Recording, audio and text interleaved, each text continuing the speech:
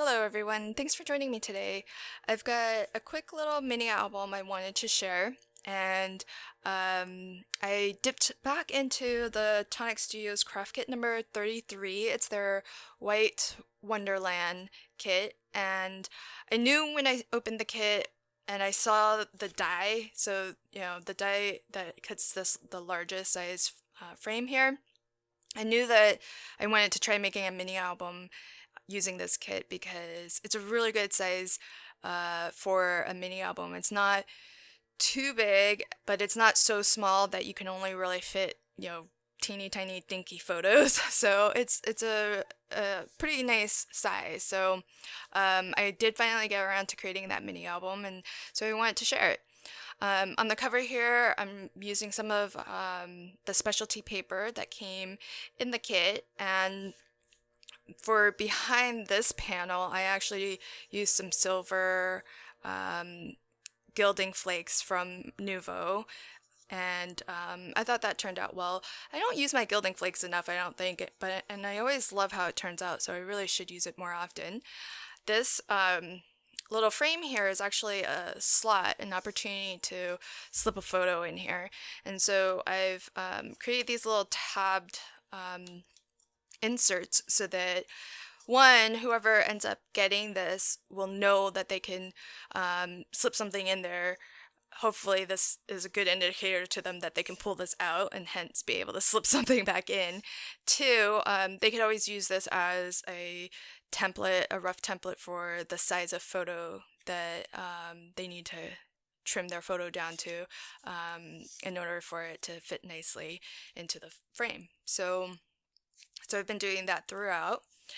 Then flipping into the book, the inside front cover is just top flap with a magnet, and there's a little pocket here so that if they have extra photos, memorabilia, whatever they'd like, they can slip back in here. I don't know that I'll include any tags, but I'll probably create some additional photo mats and tuck them in there to start. And again, this is just another photo frame, very similar to this one.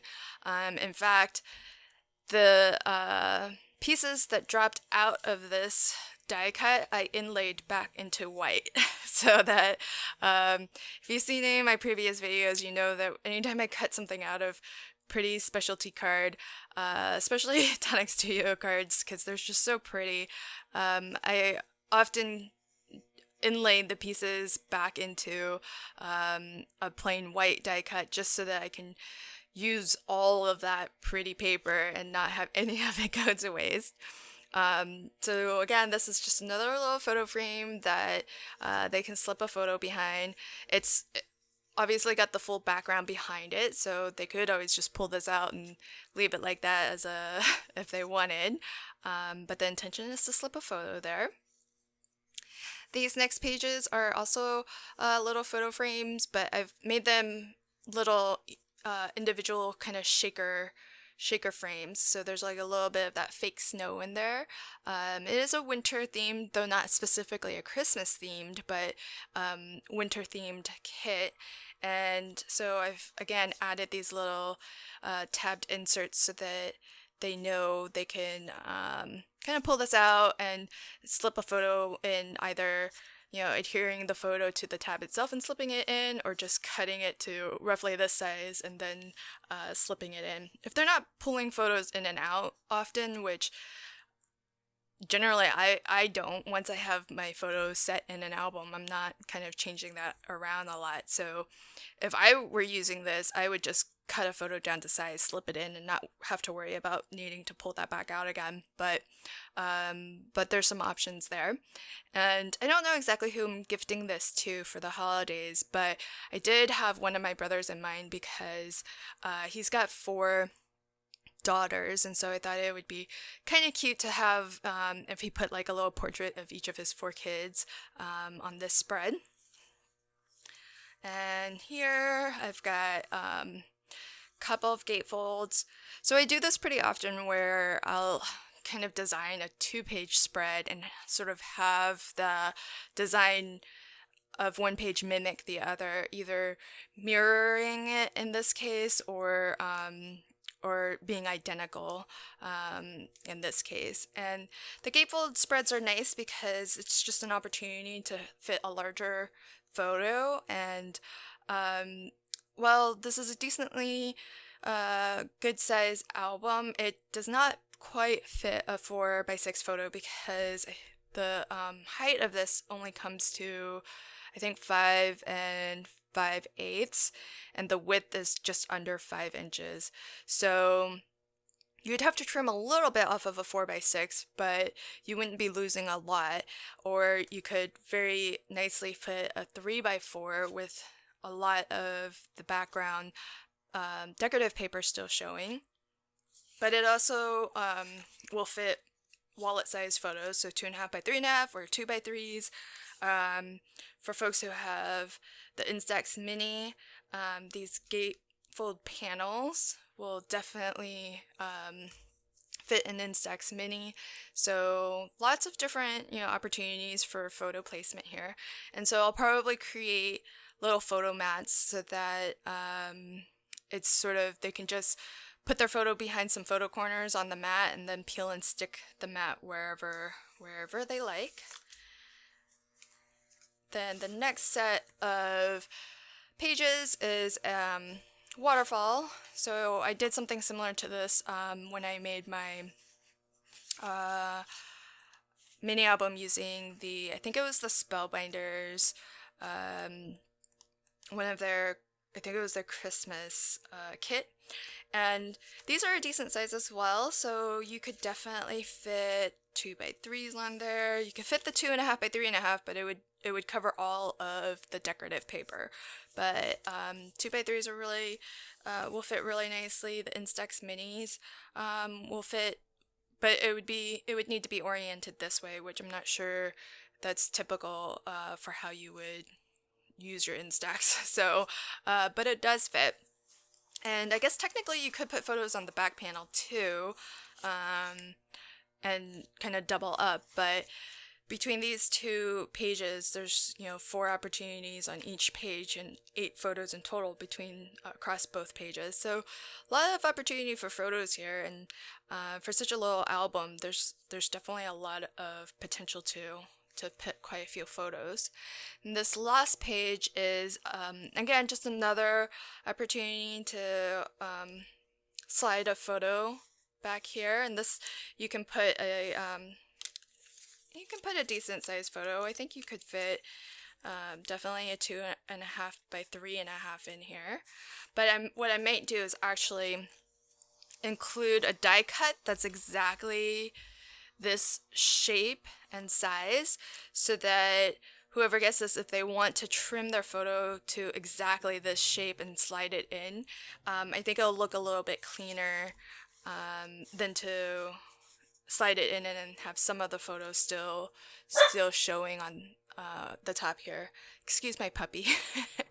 So yeah, this little peekaboo window is super cute, just another way of presenting a photo frame. And the last page is just a mirror of my inside front cover, so they're both pretty similar. And it's just, again, another top flap with a magnet closure and a pocket if they want to put extra photos.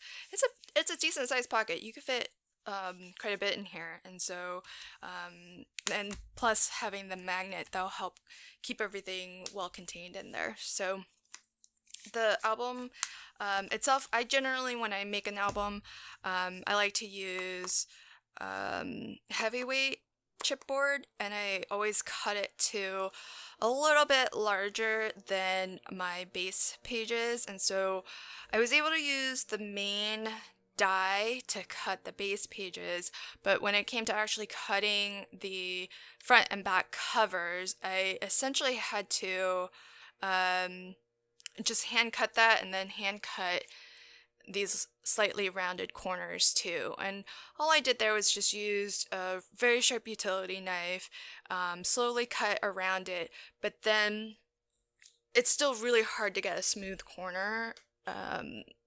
using whatever method that you use. So at least that's what I've found in my experience. And so I just take one of these emery boards. It's like very fine grit sandpaper essentially, and before I cover the chipboard, I just run this kind of around this corner to smooth out that corner, any sharp points or whatever, or any unevenness or lopsidedness. I just try to smooth that out. And the lower the number on your emery board, the more coarse the sandpaper is, and the more of your paper gets sanded off. And so in the beginning, I'll maybe use a more coarse. I'll use this side, the 180, and then when it's a really good shape and I just want to kind of sand everything so it's nice and smooth, then I'll switch over to the 240, which is a finer grit sandpaper, and give that a nice good sanding. So that way it's still got that rounded edge, which matches the papers.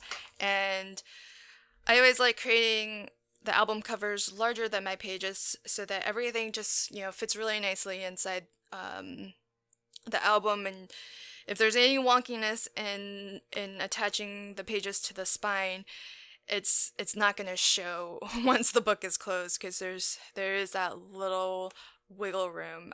And in this case, I didn't leave a ton of room. The actual album cover, I think, is only maybe 1/8 of an inch larger. So yeah, this is it turned out pretty well, and it ended up being a really decent sized album. And I still have a lot of the 6x6 paper pad. I did use a lot, but I think you get 24 sheets, and I didn't use that much of the pattern paper when I did my flip video making holiday cards using this kit. So in total, I'd have to count, but I think I have at least 2 sheets left of each unique pattern. So, and I think you get like 6 sheets of each. So I've used more than half for sure, but I still have plenty left for more projects, whether it's cards or maybe a smaller size album. But yeah, love how it turned out. I might make another one. I'd probably have to supplement some paper from my own stash, but I definitely really like the size of this. So I probably will use the die set again, if not this exact color scheme and paper pad. But I do really like using this die set, and even some of the decorative elements here. They're a little bit suggestive of the holidays, but not overly so. So I think that, it's pretty universal in that way. You can use it for, really anything all year round. I mean, this sort of has a suggestion of, I guess, holly leaves, but it could be anything really. So it's definitely a die set that I love using both for cards, and now I've discovered it's really good for mini albums too.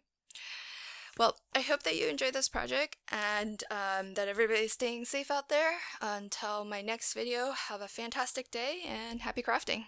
Bye!